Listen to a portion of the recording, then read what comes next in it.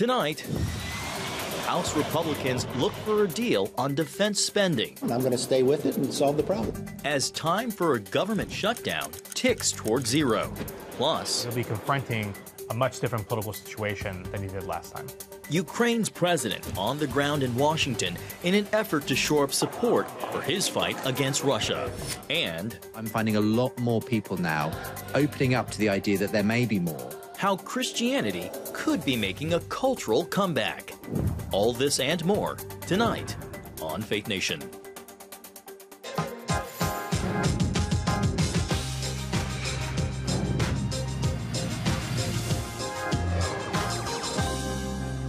From funding for Ukraine to funding our own military, a busy day here on Capitol Hill. Thanks for joining us for Faith Nation. I'm Jenna Browder. And good evening in Washington. I'm John Jessup. Well, less than a year ago, Ukrainian President Volodymyr Zelensky was at the Capitol imploring American lawmakers for money in the fight against Russia. Today, he returned to Washington to do the same. Matt Galka is on Capitol Hill covering his visit. It's Zelensky's second trip to the Hill.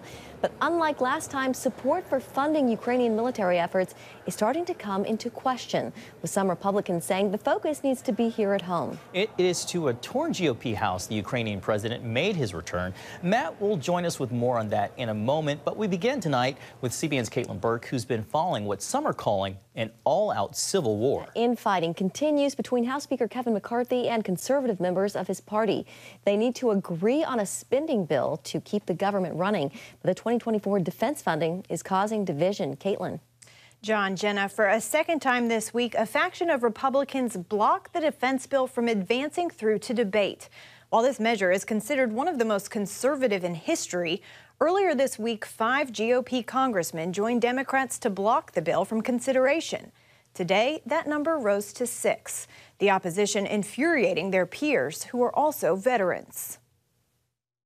How does this look on the world stage when we can't even, as a country, as a Congress, pass a defense budget? Where do our priorities lie? Virginia Congresswoman Jen Kiggins is one of many members in her family with military service. She also represents one of the country's largest active duty military populations.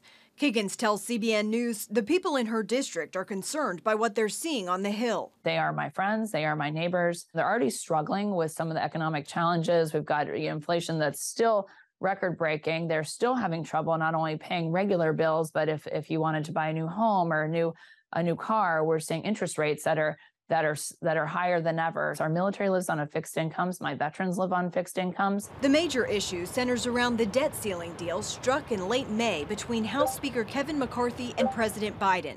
In it, the administration agreed to a spending cap. But according to Dakota Wood of the Heritage Foundation, the White House has increasingly requested more money. So there are those in the Freedom Caucus and in other parts of the Republican Party says, well, wait a minute.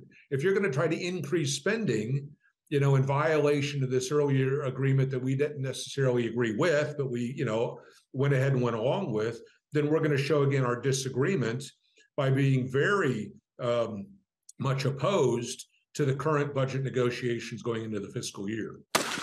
While Kiggins agrees government spending is out of control, she does not believe the military and national security should be used as leverage. I understand those frustrations of wanting to cut the top line number down to fiscal year 22 levels and perhaps even lower. But military and defense spending is not the place to be cutting right now, especially with what's going on in the world.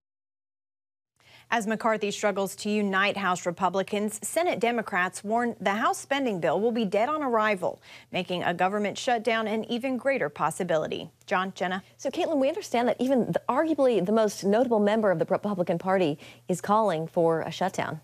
That's right. Former President Donald Trump weighed in on Truth Social. His advice to Republicans in Congress: don't cave on spending cuts and let the government run out of money if you have to.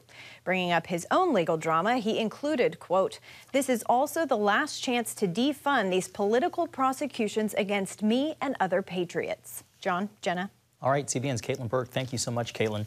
Well, with a potential government shutdown inching ever closer, Ukraine and America funding its fight against Russia has remained a sticking point in a spending deal. Ukrainian President Zelensky was in Washington again today to try and convince members of Congress that it's worth it to stay in the fight. Capitol Hill correspondent Matt Galka joins us now with more on Zelensky's message to lawmakers. Matt? John and Jenna, the White House is asking for another $24 billion of additional aid to Ukraine. This as a growing number of Republican lawmakers are questioning America's open-ended commitment to the country.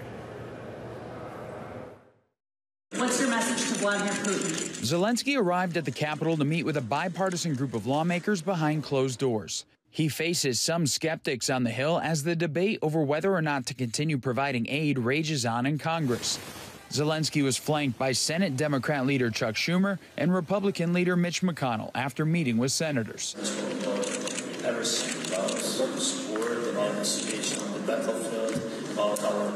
Republican House Speaker Kevin McCarthy said there was no joint address of Congress because of timing issues. McCarthy and other members of the House had questions for the Ukrainian president before meeting with him privately. What is the plan for victory?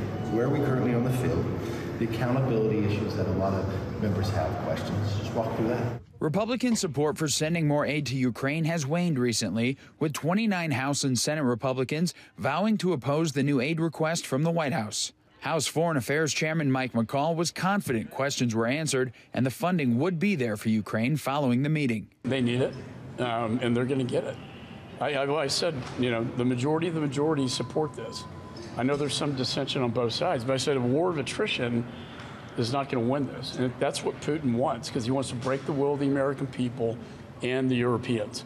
We can't afford a war of attrition. We need a plan for victory, and we need to do it soon. This is a struggle between Ukraine and Russia, but it's also a struggle on the global stage between democracy and autocracy, between freedom and tyranny. Zelensky visited the Pentagon and then the White House. President Biden reiterated support for Ukraine during a speech at the UN General Assembly earlier in the week.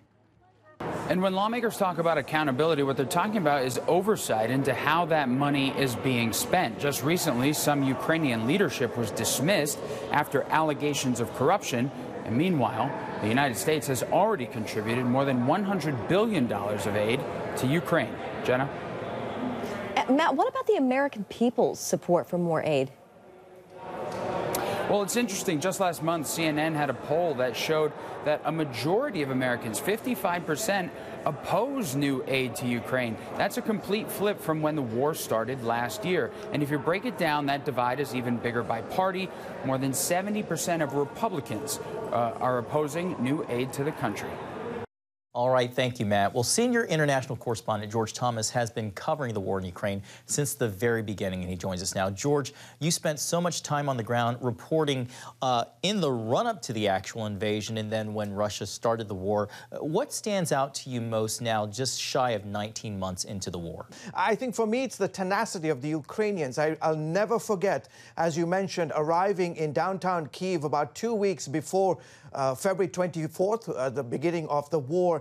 And I remember talking to my Ukrainian producer, and we were going into the downtown area of the city, and they were totally unprepared. The nation, John, was not at all on a war footing. They were not getting supplies, medical emergency, equipment and other stuff. They were just absolutely, they could not believe, they didn't even want to believe that a war was about to happen.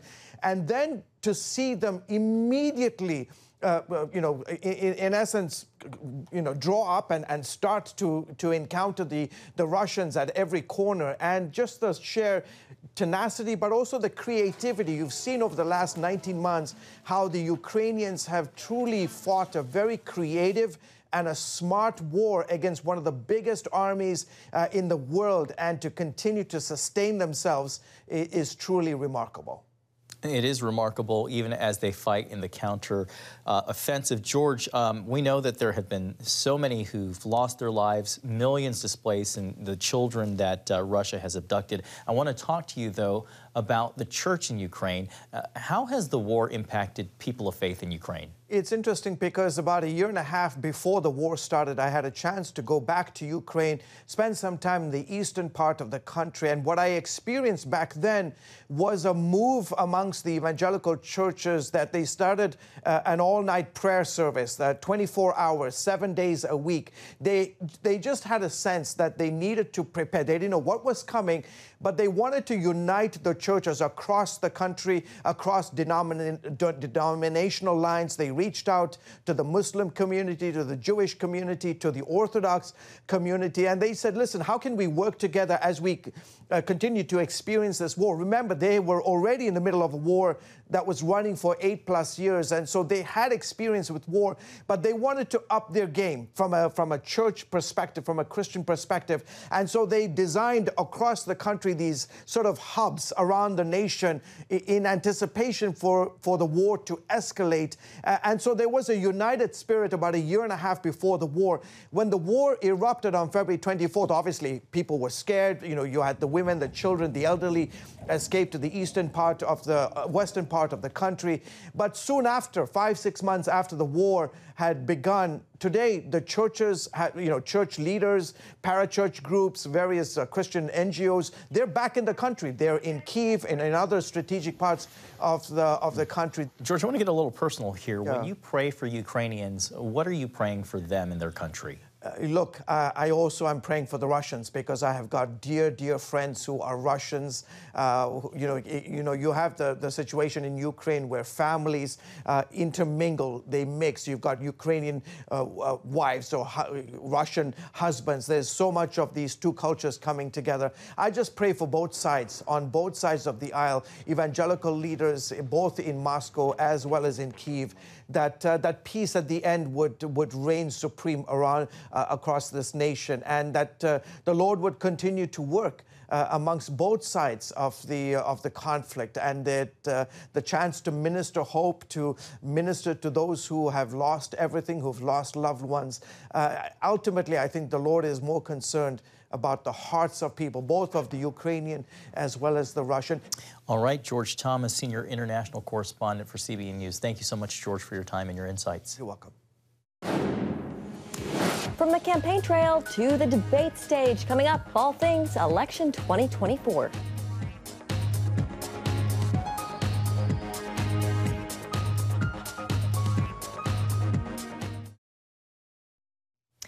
Election 2024, new polling shows new problems for President Biden. The latest figures from YouGov and Yahoo News show his lead in a potential 2024 matchup against Donald Trump has completely disappeared. The two are now tied with 44% support among registered voters. Just a month ago, the same poll showed Biden leading the former president by 5 points. When you break it down by the party, the two leading candidates do have the backing of the majority of potential primary voters. 53% of Democrats prefer President Biden to other options, and 61% of Republicans feel the same about Donald Trump. Well, with us now is Nathan Gonzalez, the editor and publisher of Inside Elections and a Faith Nation contributor. Nathan, always great to have you. So, concerning what Jenna was just reporting on, when you drill down on the numbers, what is it that you see that accounts for Biden's evaporating lead, that 5-point percentage lead that he had? Well, John, I would take a step back and I would argue that Biden was never up by 5 or 6 points. I think that poll from a month ago was actually an outlier. When you look at a broad range of polls, most of them have Biden, either Biden and Trump tied or Biden up a point or two or Trump up a point or two. So this latest poll, I think, brings it in line with what the rest of the polling is. And I think it's a good lesson to, not to jump to conclusions on any single poll and to try to look at the broad view. And right now, if there was any poll that showed Trump up way ahead or Biden up way ahead, I would just be very skeptical. The last thing I'll remind us, and I'll remind us for the next year, is that we don't have national elections in this country. This is going to be a state-by-state battle, and right now we don't have hardly any state polls. Yeah. Yeah, I noticed in that poll it was registered voters, not likely voters, which also makes a difference. Nathan, does it surprise you at all that former President Trump's standing in these polls really hasn't been hurt by the criminal investigations?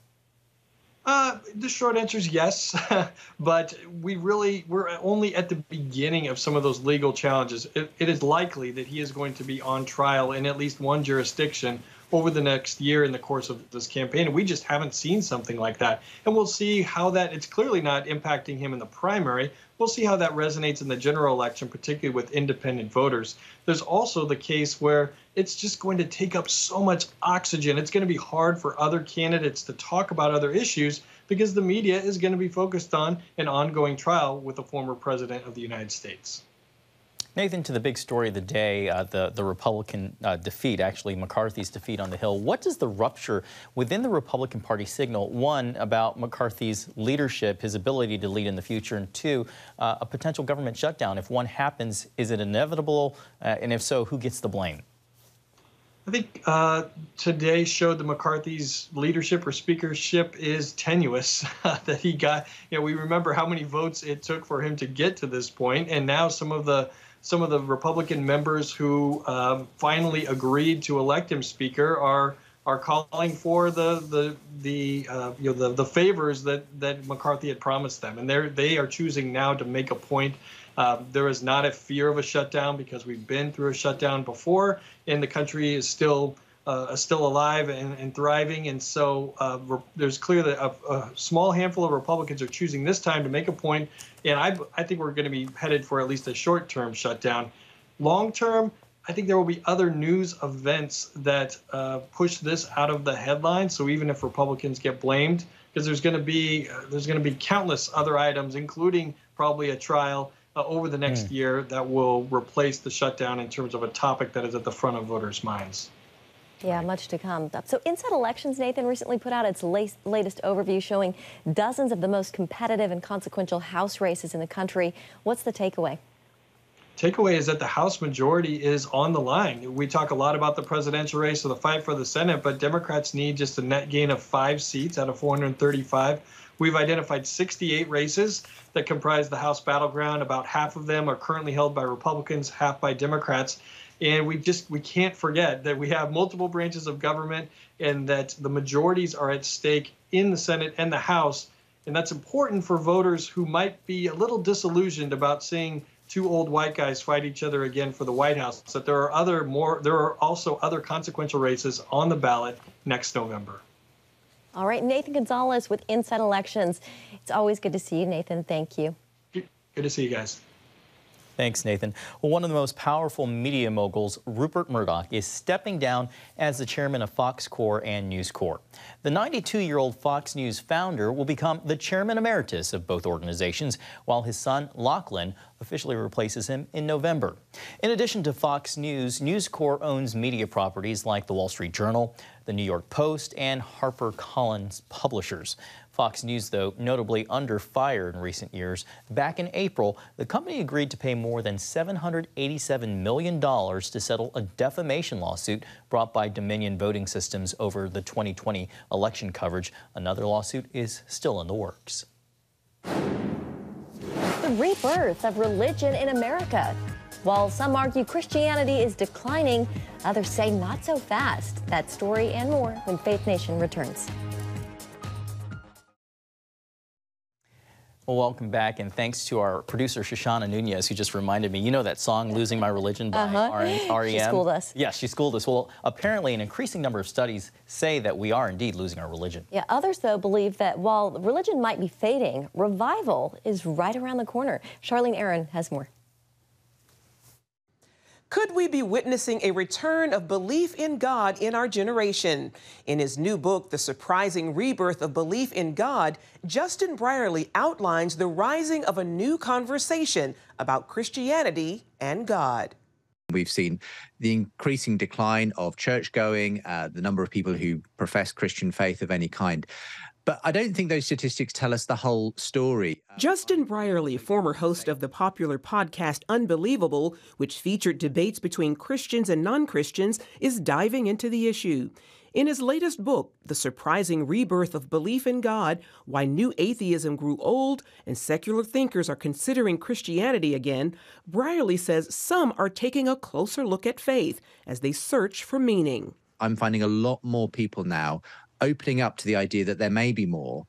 I believe we are seeing room for the Christian story to emerge again in our culture, including among some well-known secular intellectuals. Interesting characters like Jordan Peterson. He's a psychologist from Canada, but he has drawn hundreds of thousands of people to his lectures, his YouTube channel, his podcast, and very much putting in front of them the fact that Christianity needs to be taken seriously. This is even as a non-believer himself. Brierley also explains why new atheism, the belief that religion is the breeding ground for hostility, violence, and crime in our society, is failing.